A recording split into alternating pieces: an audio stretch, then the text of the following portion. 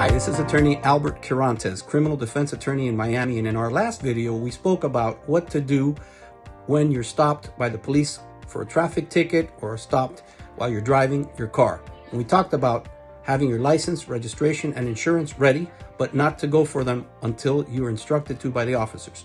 We talked about being calm and being courteous to the police officer, but you don't have to talk about where you're going, where you're coming from, what you're doing, answer a bunch of questions. You don't have to do that. You can say, I have a right to remain silent, or you can say, I want an attorney. If you say, I want to remain silent, the officer can keep asking you questions later. If you say, I want an attorney, they have to let you lawyer up, which they're not going to. They're probably going to finish their business, issue their citation, or unless they had a reasonable suspicion to stop you for a crime, or they have probable cause to arrest you for a crime. Today, we're going to talk about what is probable cause. Probable cause is a low standard. It's a low standard. It gives the officer a reason to arrest you. But if the officer does not have probable cause, then the officer should not be arresting you. Your attorney can go to court later and fight what's called a motion to suppress evidence, motion to suppress the stop and everything that came from the stop, when the officer does not have probable cause to arrest you for a crime. Now, let's talk about probable cause. Let's say you're stopped and you smell of alcohol, or you have some strong odor of alcoholic beverage in your breath, not necessarily which kind of alcohol, just an alcoholic beverage, a mix, something like that. There's an odor that's characteristic of someone that drank alcohol. That doesn't mean you're drunk, and that does not prove you are driving under the influence, but it gives the officer some kind of reasonable suspicion to continue investigating whether you are impaired by alcohol. So the officer might say, have you been drinking?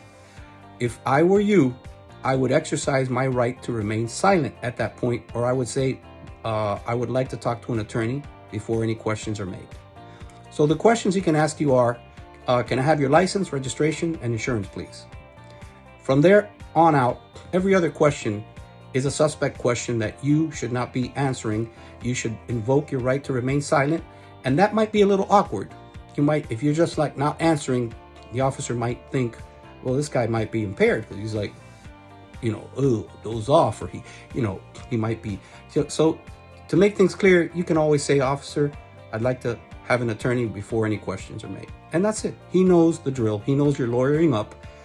He or she, they should not mess with your constitutional right. They should stop asking questions at that point. So it starts at, have you been drinking? You should never make admissions, because you're only making it probable that you're going to get yourself in an arrest situation.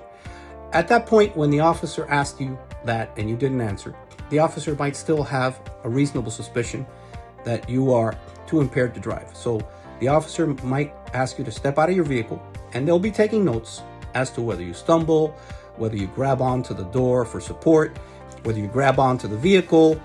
They're going to be noting everything. They're going to also note the color of your face. They might say bloodshot eyes, watery bloodshot eyes, reddish complexion. All that are signs of possible intoxication, because alcohol causes your blood vessels to narrow, and you see little marks. But other things cause that too. There's a lot of things that cause those things, but the officer is trying to make a totality of the circumstances a reason for probable cause to have you arrested for DUI, or for arresting you for DUI.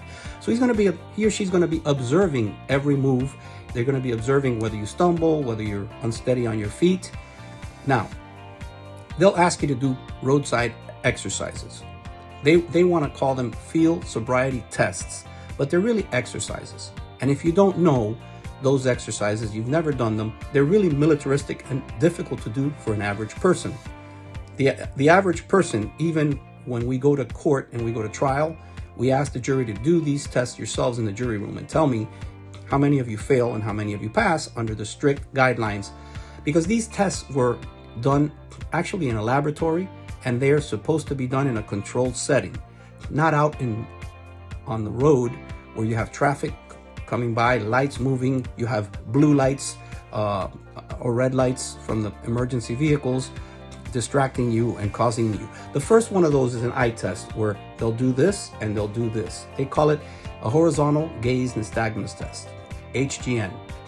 You can always refuse the test and tell the officer, I don't want to do any tests before I talk to a lawyer. And I would, if I were you, continue your request for a lawyer at every stage. In some cases, you have a constitutional right to have a lawyer, which is custodial questioning. When they have you and you can't leave, you can't reasonably be expected to leave, and they're asking you questions. Government agents, it could be police, investigators, and other government employees. You always have a right to remain silent and say, I want an attorney before further questions. So don't forget that. That's the whole basis of your constitutional right under the 5th and 6th Amendment of the U.S. Constitution. The Florida Constitution also has similar rights, but we can just go on the 5th and the 6th or the Florida.